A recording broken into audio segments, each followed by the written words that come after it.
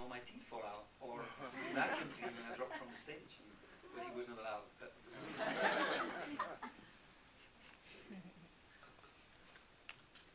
Yes.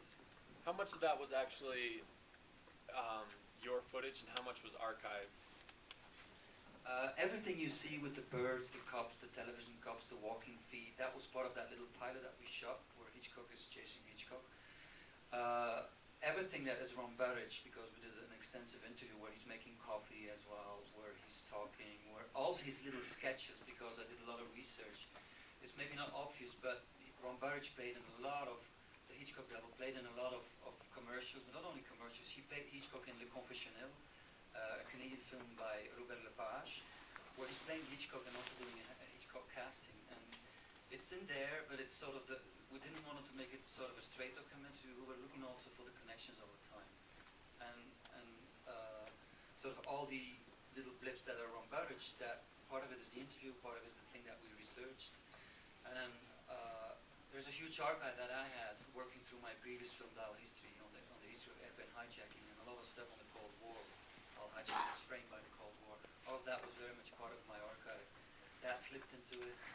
And then we did a big chunk of the research at USLA, as I told before, with the kitchen debate. None of that is not my footage, but I would say maybe 30, 40, 50% is our footage. There's so many in the back. How long did it take to create the film, and did funding come through your foundation primarily? The funding fell into place bit by bit, and sort of I was working through it already, but the funding was not in place. We had 3 co-producers, but it's basically an European co-production. We had the Netherlands involved, Germany, and Belgium, and a little bit of France. And if you have 3 countries co-producing, you can go on a higher level, on a European level, also for European Media Fund. And that's how we constructed the film. Luckily, since it was sort of like framed in a different context, the archives, and for example Universal was willing to go and give us a cheap deal, because the biggest chunk of the budget is actually archived. How long did it make?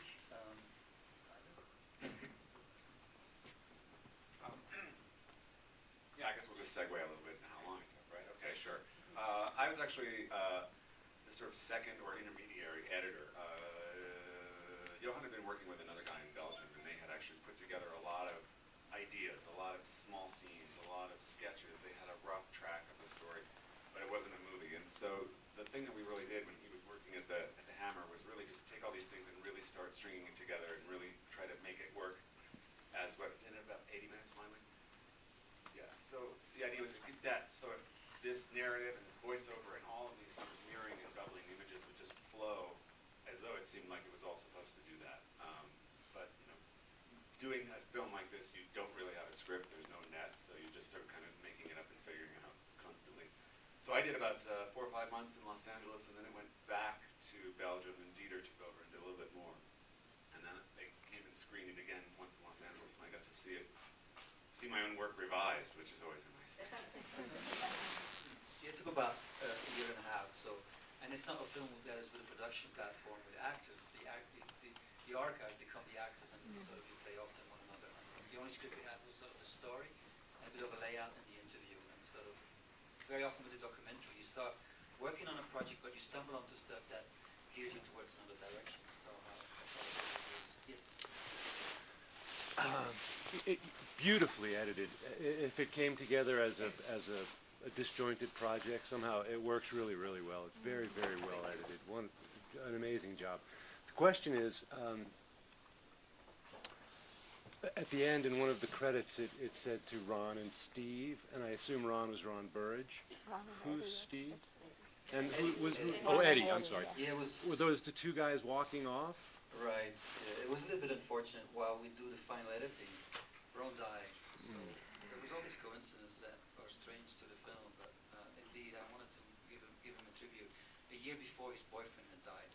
And when I visited him in London, he actually lived, there were 2 lookalikes. He used to live with him together, so he's gay. Also the sexual politics, I thought it was sort of interesting that sort of with Hitchcock, the obsession with women, and then here we have a lookalike who actually looks like Hitchcock.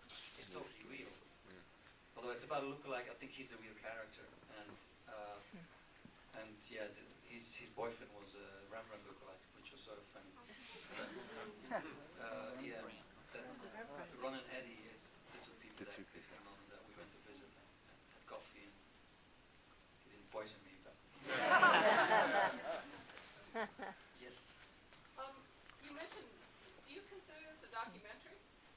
yeah, that's a tough one, isn't it? I loved it, but. Well, it's sometimes fortunate and sometimes unfortunate. Sometimes you can eat from two tables, sometimes you drop in the middle between the two tables. And I remember also with the previous film, it was sort of tracing the history of airplane hijacking, but it was done with a collaboration with Don DeLillo, so there's also a fiction story where the terrorist and the novelist have a discussion and a dialogue. And very often, like in Sheffield Documentary Film Festival, people would like come to the conclusion, this is not a documentary, it's art. And then like a month later, there was sort of a curators gathering, and with Jan Hoed, who's sort of the more famous curator in Belgium where I come from, he said, this is not art, this is documentary.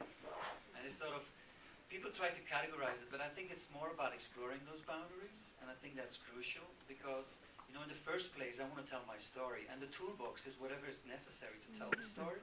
And if it's documentary, or at one moment in the film it's more fiction, then I think it's more appropriate than go for it. I think the secondary question, the first question, tell the story, and whatever is appropriate to tell a strong story, that's for me more valid. It's like Chris Marker with Sans Soleil.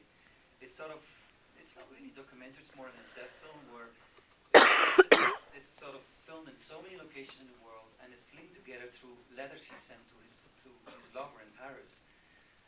And one moment he says, the closest I can remember that an image that reminded me of something in reality was a fiction film, Vertigo. And sometimes it's often like that, you know,